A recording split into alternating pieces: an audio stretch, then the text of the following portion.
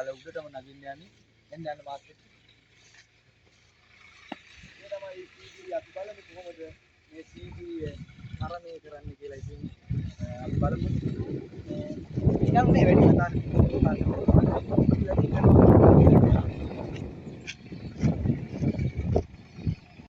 මෙච්චර උසක් තමයි අපි නගින්න බලාපොරොත්තු වෙන්නේ. ඉතින් ඉතාමත් උසයි. මේ ඇවිල්ලා තියෙන දුර මේ පල්ලහ. නමුත් මෙලිඳන් අපි උඩට ගොඩාක් නගින්න තියෙනවා. ඔයගොල්ලන්ට පේනවා ෆොරිනර්ස්ලා ගොඩක් ඇවිල්ලා ඉන්නවා. මේ තමයි සීගිරියේ උඩම තැන ඉඳන් අපි මේ කතා කරන්නේ.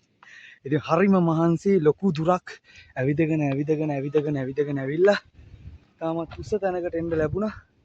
ඉතින් මෙන්න ප්ලේස් නම් ප්ලේස්. ඉතින් කාශ්‍යප රජතුමාගේ මාලිගාව මේ ප්‍රදේශයේ තමයි තිබ්බේ. ඉතින් ලෝක උරුමයක් විදියට හඳුන්වන්න පුළුවන්. මෙච්චර උසකට කොහොමද ජලය අරගෙන ආවේ කියන එක තමයි පුදුමය. ඉතින් තමයි ලස්සනයි. ඉතින් ඔයගොල්ලන්ට පේනවා බොහෝ විදේශිකයෝ ගණනාවක් ඇවිල්ලා ඉන්නවා. මෙන්න මෙතන තමයි මාලිගාව, කාශ්‍යප රජතුමාගේ මාලිගාව තිබිලා තියෙන්නේ. ඉතින් හරිම විනෝදයි, අලංකාරයි. ඉතින් ආයිබෝන් යාළුවනේ. ඉතින් එන ගේමක් දීලා ඔන්න සීගිරිය උඩටම ආවා. හරිම මහන්සි. ඇත්තටම හරිම දාඩියයි. අපිත් ගියාම පොඩ්ඩක් සීගිරිය වටේ බලන්න. ඕගොල්ලන්ට පේනවා ඇති. මේ වටේ පොඩ්ඩක් අපි පෙන්නමු. උඩටම ආවා. ඇත්තටම හරිම මහන්සි. මේ තමයි උඩම. ඉතින් මෙතන තමයි කාශ්‍යප රජතුමාගේ මාලිගාව හදලා තිබ්බ තැන. ඉතින් කොහොමද ලස්සන තැනක්.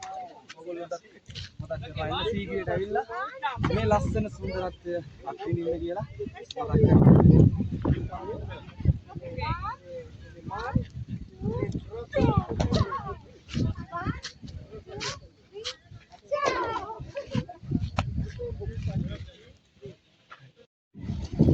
ලස්සන සීගිරිය සංචාරක ගොඩක් තියෙනවා.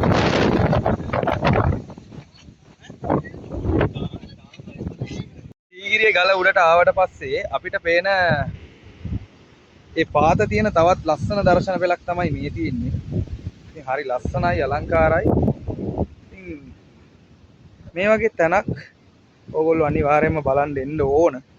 ලංකාවේ ඉන්න හැමෝම මෙච්චර ලස්සන, මෙච්චර පුදුම ඉස්සර ඓතිහාසික යුගයේ මිනිස්සුන්ගේ වැඩකිට බලා ගන්න මේ වගේ අවස්ථාවක් හැමෝටම උදා වෙන්න ඕන අනිවාර්යයෙන්ම. තාමත් ලස්සනයි.